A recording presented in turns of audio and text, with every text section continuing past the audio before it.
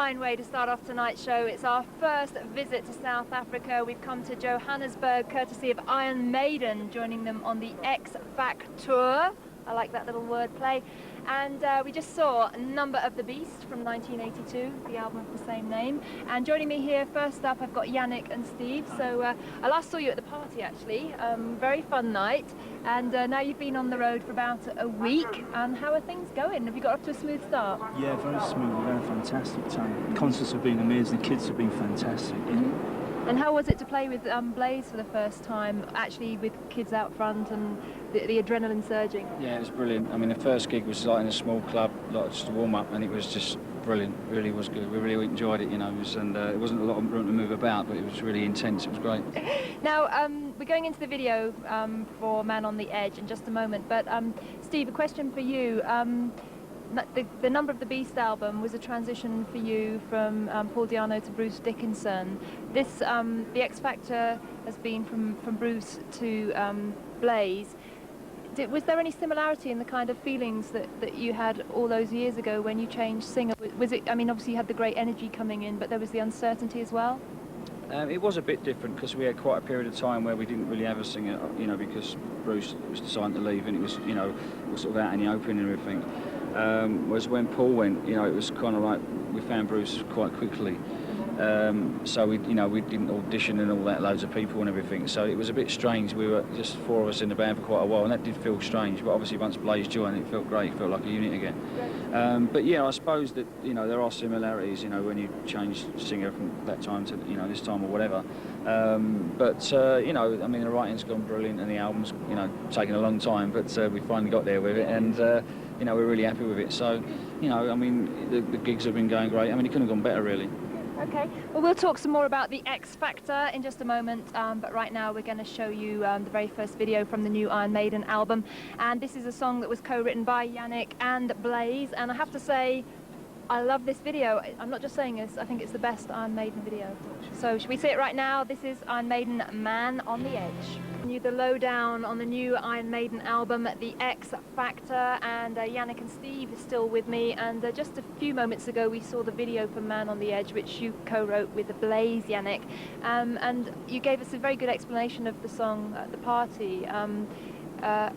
Just kind of on the surface, it could be kind of a businessman kind of getting out of control and so on, but there's on another level. Yeah, but I mean, also it covers social decay and urban city decay and stuff like that. It's a whole spectrum of things. But basically, any song can mean what you want it to mean. You don't have to follow what you don't have to follow what we think. Make your own minds up. And how did the songwriting work, Steve? Because obviously Blaze came into a very close unit of people who've been together for a long time. Was it difficult to integrate him into it and find out how the songwriting process would work with him? It wasn't difficult at all because he just came straight. I mean, we didn't start writing the album before he joined. We wanted to wait until whoever was going to be the singer joined, because it's very important to feel part of it. And obviously we was hoping that someone would join who would be writing it, and Blaze does write quite a lot, so it was great. He came in and first of all he sort of said, well, do you have a direction? And we said, well, we never have a direction, we just write the best songs we can. And from then on in, he just came in and just co-wrote stuff with very natural, wasn't it? The whole thing was natural. Because basically, as I understand it, you kind of jam in the studio prior to recording and kind of work out the songs in that kind of fairly informal environment. We have the songs pretty much together, really, don't we, when we bring them to the studio, but we don't tend to do demos, because I always feel the fire's lost on a demo, and I know Steve thinks the same way. So the initial thing that happens when you play the song together for the first time, we try and get that actually onto the record. Right. So there's no demos, and you can't look back and say, well, we missed something. We got it there, right on the record, and that's part of what the X Factor is all about. Yes, that's an unknown quantity, I think we can say. Now, how's Blaze been working out in the live shows so far? Because in the video he looks so confident and so energetic. How's he actually got on stage? It must be pretty nerve-wracking for him. Well, he's been nervous and confident at the same time, which is a very edgy combination. I mean, we've been getting at the fans seem to have accepted him really well, which is obviously great, And once he's on the stage, he just seems to feel really, you know, confident. After the first night, we felt it was Jack Nicholson without the axe. I'm home. I'm glad he left the axe behind. All right, well, we're going to show you a little bit of Iron Maiden live here on stage in Johannesburg. After the break, we've got more coverage of the tour coming up, and you should also stick around and check out the new Ozzy Osbourne video, Perry Mason. That's coming up for the first time on Headbangers Ball right after these messages, but taking us to the break, Iron Maiden live on the X Factor Tour.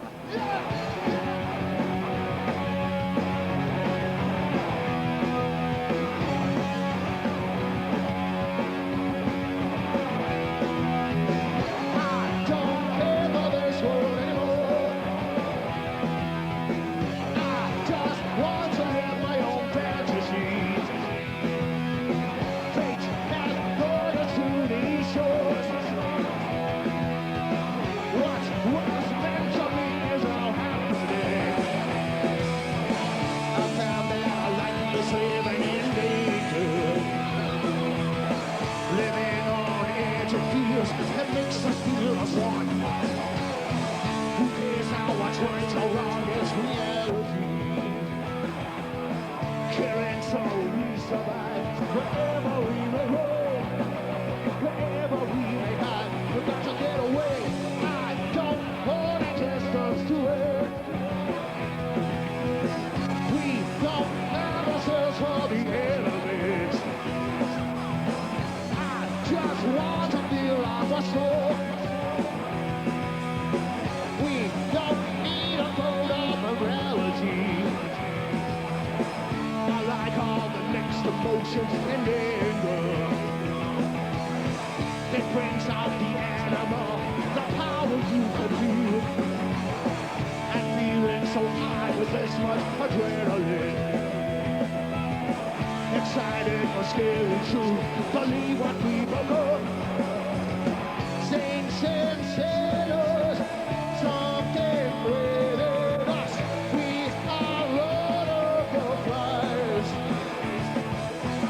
Saints and sinners, something within us to be wonderful flyers.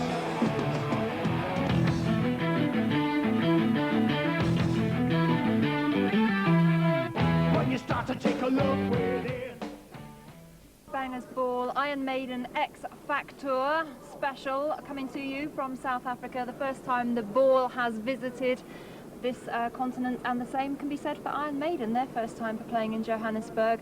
And up next we're going to talk to Blaze and find out how things are going for him. So welcome down to Headbangers Ball, Blaze. I last met up with you at the launch party in London, where you were just doing 101 interviews, but now you've actually got out there and done what you've been wanting to do for a long time, and that's play live with Maiden. So how did it go, the first show? Well, it's been great. Is that we were in Israel. We started off. There were supposed to be low-key gigs, but we had like a journalist from Kerrang, and the Sunday Times was there with us, and our own video crew and everything. And it was complete chaos. We were doing loads of photos, and you know, the manager was there packing everything in. But the first gig was quite small. You know, it was like a club size, so it wasn't like anything outrageous. And I just thought, when we were on there, I thought, well, this is like rehearsals, but it's loads easier, you know, because there's loads better sound, less self-conscious, great crowd. We had, for not playing in Israel before, we just had fantastic support from, you know, loads of fans that we didn't even know that we had. So it's just been brilliant. Well, congratulations to you, because you're in fine form. And I was just saying earlier, I loved the video, and I thought you were fantastic in the video as well. Did you enjoy doing the Man on the Edge? Oh yeah, it was great, because that was like another step to, yeah, we're really doing this. It's like when we were making the video, it's one more time where they can't say, oh, could you just fit this interview in, or could you just do that? It's like, yeah, now we're making a video, let's just go completely mad and forget that we've been in the studio for over a year making a record. Absolutely. So it was great, really good. Good. Well, I want to talk in depth about your role in Iron Maiden and your contributions to the album, but I just sort of started turning the clock back a little bit. You had kind of like, I think it was nearly 10 years in Wolfsbane, and you literally toured every toilet and around the UK and so on. Yeah. How was that experience? Did that set you up well for what you've got to do with Maiden? What did you learn from that? Well, I think so, because one of the the things I learned was roughly how to keep my voice through the most extreme circumstances. And the other thing was that when Wolfsbane first got signed up to Deaf American and everything, we had a lot of attention from press and media and stuff like that. Then I think that kind of prepared me as well, because you couldn't really dream of the amount of attention you get being in Iron Maiden. It's like, well, like being a goldfish sometimes. There's always somebody there to ask a question or take a photograph. But I think in a way that did prepare me, you know, a great deal. Well, we're going to blaze on the Headbangers Ball Iron Maiden X Factor special from Johannesburg. And tell us a little bit about your contribution to the album. I mean, how was it to write with people that you'd obviously admired for a long time and to come into that situation of a very close unit with the rest of the guys? Did you feel confident about putting forward ideas? Well, the thing was, the rest of the guys had just made me feel really comfortable. That was, Steve just said, write what you feel. You know, it's no use trying to be contrived or trying to write to a formula or try and do this or that. Write what you feel, and that will be what we come up with, you know. And Yannick and I worked together, and we worked together with Steve as well. And it came out really, really well, you know. So I was very, very happy. But the main thing was that the guys in the band, I mean, you're playing with great musicians for a start, so that made me feel better, and I think that made me find a bit of extra performance or whatever. It certainly, I've noticed a marked improvement, and it was just great, really. They gave me the confidence to contribute ideas, and it worked well. Great. And obviously you've got to also perform the old songs in the live environment. How difficult was that to get into? Was there any particular difficulties with that? Well, yeah, I mean, it's difficult. That some of them are quite technical, so it's just like a different way of thinking, and just concentrating on your technique, really, and making sure that you've got a really good sound on stage, and we've got a great monitor guy, so that you've got everything to get really really balanced and hear yourself well. And as well as that, there's some of my favourite Maiden songs, so it's not really it's not really that difficult. What about the fans? Were you worried about whether you'd have the support of the fans as well? Well, really, yeah. In a way, I was. I always intended to go out and do my own thing and be myself, because I don't want to be a clone of Bruce Dickinson or Paul Di'Anno or anybody else for that matter. So I've got to do it my own way and be myself.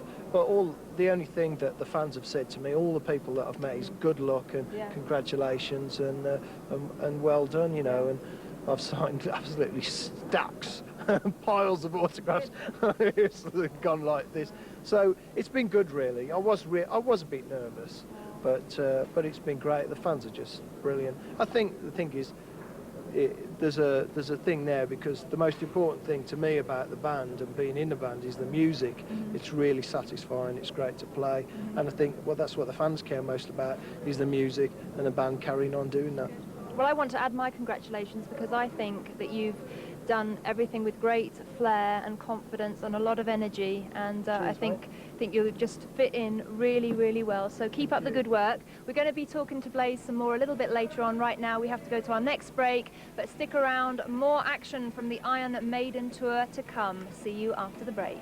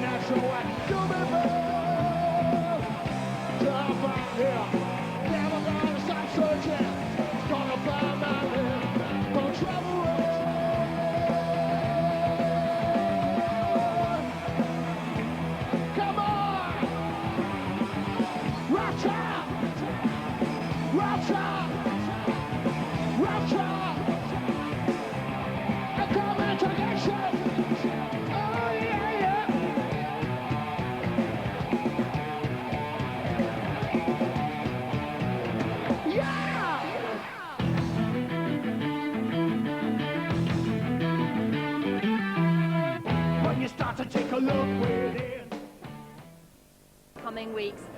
But as you know, for tonight we are getting the lowdown on the new Iron Maiden album. We're on tour on the X Factor, in fact, Johannesburg, and it's a case of access all areas. And right now we've got Steve and Nico joining me here just on the side of the stage before the gig.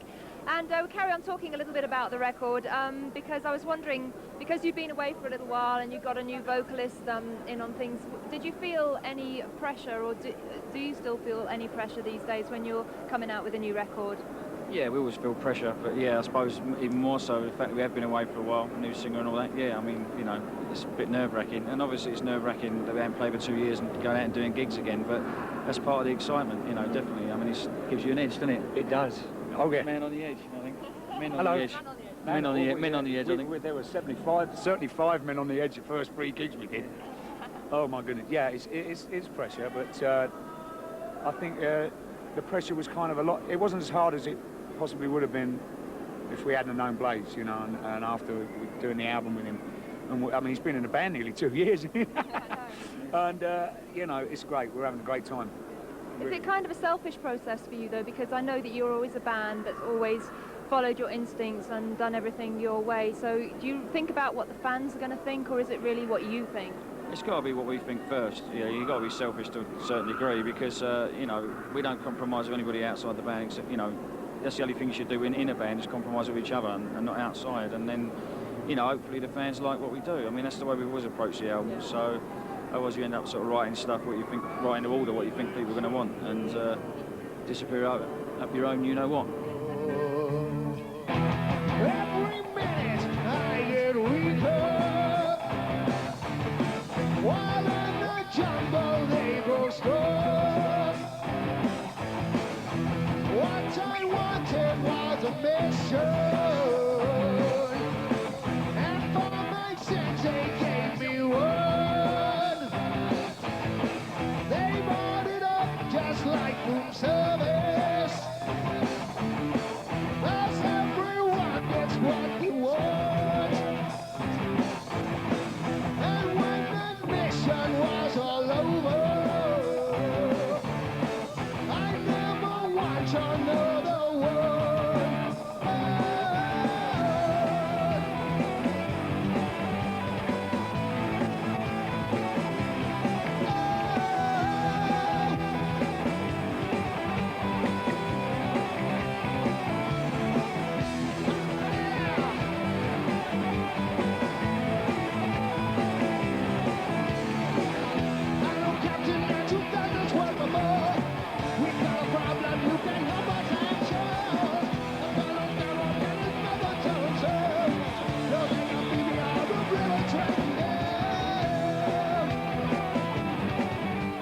We decided, yeah, we were going to make sure that we had a really good, strong foundation with the drums, and then obviously from the bass and the guitars. And we're also having Nigel Green on board, who's also been into the sort of more modern sort of technology that's available studio-wise.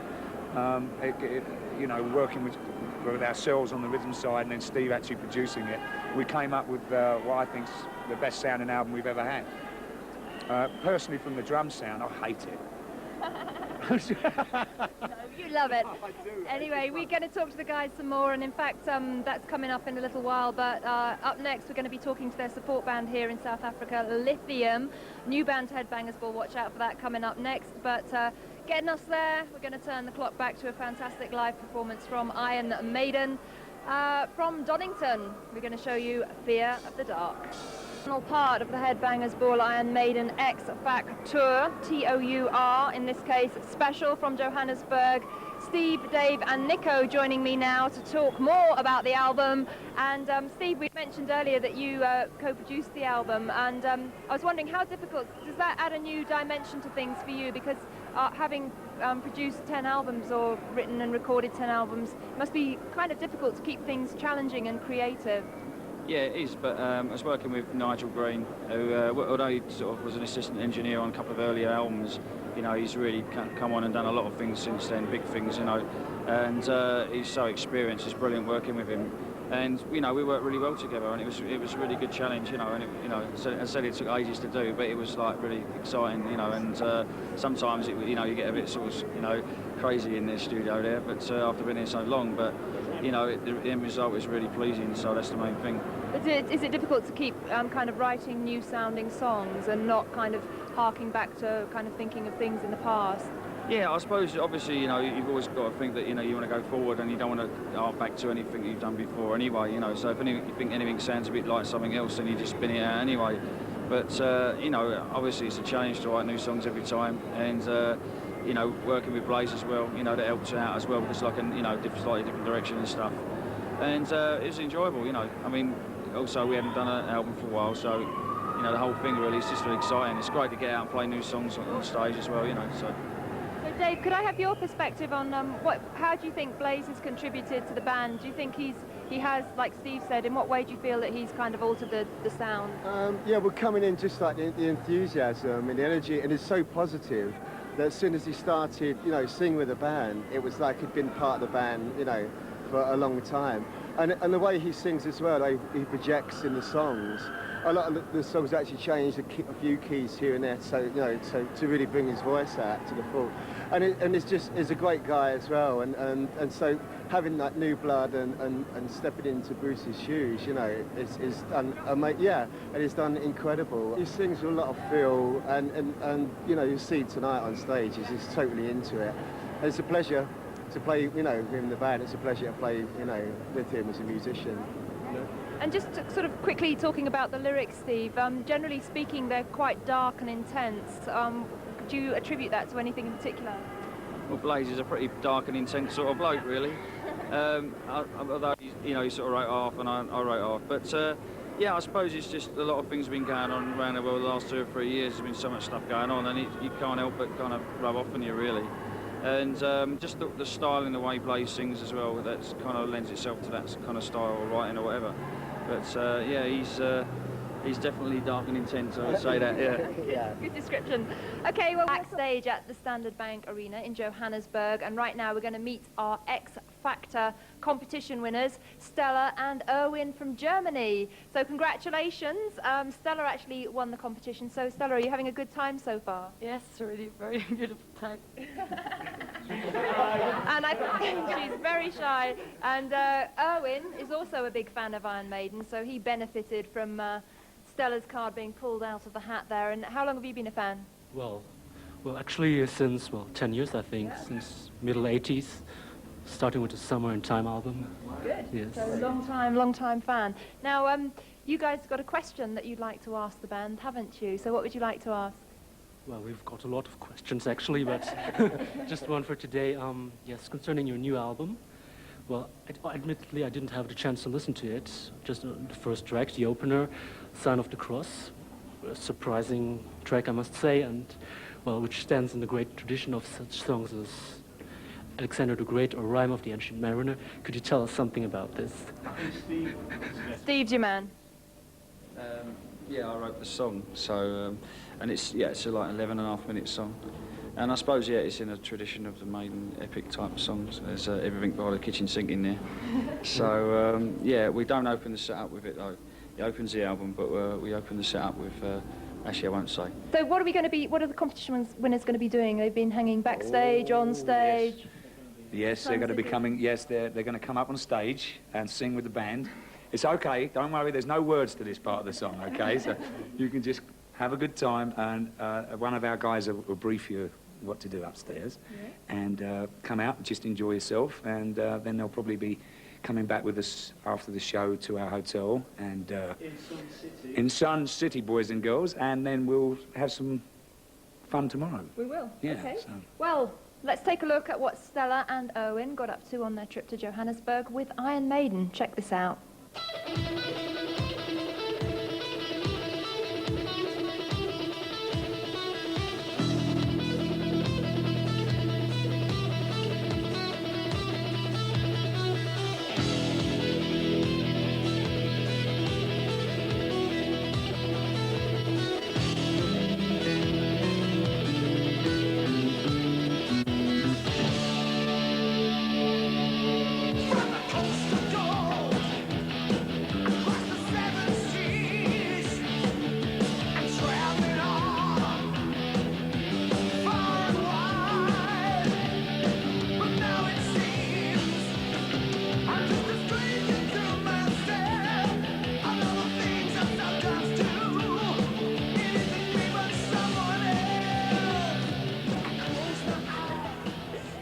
indeed. Congratulations to Stella and Owen for winning our Iron Maiden competition. I hope they've had a good time out here in South Africa, and it's been great having them along. And that just about concludes Headbangers Ball's first ever visit to South Africa. I hope you've enjoyed our coverage of the Iron Maiden X Factor. I've certainly enjoyed being here, and of course we can look forward to it coming to Europe in just a few weeks' time. Major thanks to Iron Maiden, Sanctuary Management and EMI. And before I sign off, I just want to invite you to stick around for half an hour of extreme and brutal music, courtesy of Into the Pit. And tonight it's hosted by Aaron from My Dying Bride, which is kind of cool because My Dying Bride are going to be supporting Iron Maiden on their European tour. So stick around. Into the Pit coming up next, but I'm going to sign off right now with live performance from Iron Maiden and tour dates for their upcoming European tour. Good night from Johannesburg. Circle of time, my baptism of joy and your seeds. 7 o'clock slave, the light opens before